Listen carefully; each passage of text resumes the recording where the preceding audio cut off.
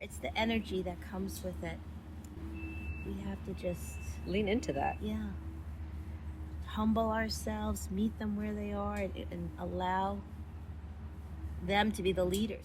We're getting all the senses. We're getting all the senses, which is really exciting. And then they get trained to then elevate their practice to somebody like the student interns that we send you. Correct. Even though they come with the education behind, that's not the education you're looking for. Awareness of the systems constantly in play. Mm-hmm.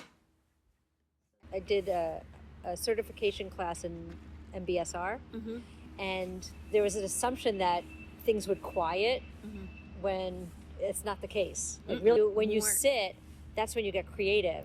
And it's the core. That's the whole point. We need the core. We don't need a specialty where you have to go and do a specialized type of like therapy for something. This is the core that you can transfer this into any aspect of social work. And there's so much that they can get out of this. Right. So come up with goals and objectives. But not in a relaxing way where someone wants to be served. It's work. They have to serve. They're going to get to the core essence of like Jane Addams social work here. Bottom line, just exactly what. Right, because we've moved too far away from that. We actually, we're doing some brainstorming as a staff right now for the mission statement on our website, and we're talking about, we have separate pages for human staff and equine staff.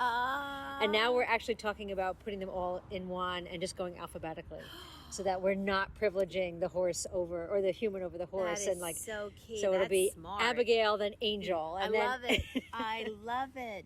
Just, it's fun, but it's also, they're just as much staff as we are. It's inclusion. It's inclusion. That's what we're doing. Least restrictive environment. Exactly. But do you remember the book, the Richard Scarry book, Busy Town? Oh, yes. Does it feel like that? Yes. There's stuff, like you have to keep, every time you come back, there's something else going on. And we see it like with the babies that we had here for our classes this fall, literally looking under the rocks and seeing all that was happening under the rocks. There is.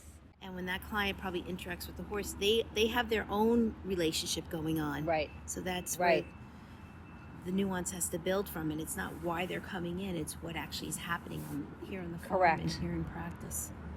And as social workers, we have to understand that and allow that to happen. When social workers learn assessment, we teach them that in the practice classes, but then when they're here, there isn't a checkoff list of what you need them to gather in the demographic form. The families come, as you just mentioned, and what will evolve, what they need will come out. Right. Just from the experience alone, and you can't capture that on a piece of paper. You can't, and you're probably missing something if you're just going through your own checklist. Exactly. Yeah. We have referrals coming in. I want you to work with my child. That's not permission. It's not permission. Recharge themselves and to acclimate themselves into what really matters. And we're totally naked because I was so comfortable, but as soon as that horse jumped, I jumped, and I felt the anxiety come up inside of me. I found it took me a few times to kind of, Mary Beth, get settled. Mary Beth, like what Jody's teaching us to do. Like, calm the fuck down is what she used to say. And that's where I have to compose myself, because I don't know what I looked at on the outside. Something, the horse read it.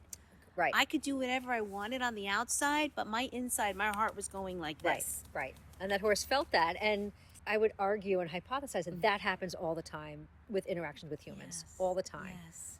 And how do you manage that? And I also think it's important to see the humanity that even the masters, people who've done it forever, are going to be experiencing that all the time. Exactly. Is what you do with it. Even if they know the code of ethics, they still have to emulate it through practice. Right.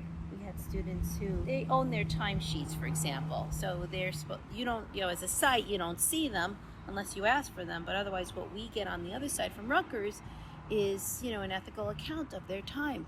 And there are times they've been misrepresenting their time, but they know the code of ethics, they know what they're doing, but still on their own life, they're just going to make it fit. Right. And that's lacking authenticity.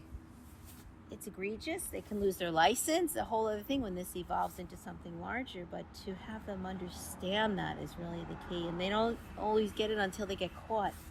But we're trying to incorporate people just to be ethical and kind. Hi. And people have to be ethical and kind with horses, Yep. We have to say we fed them. We can't say we did feed them and we didn't.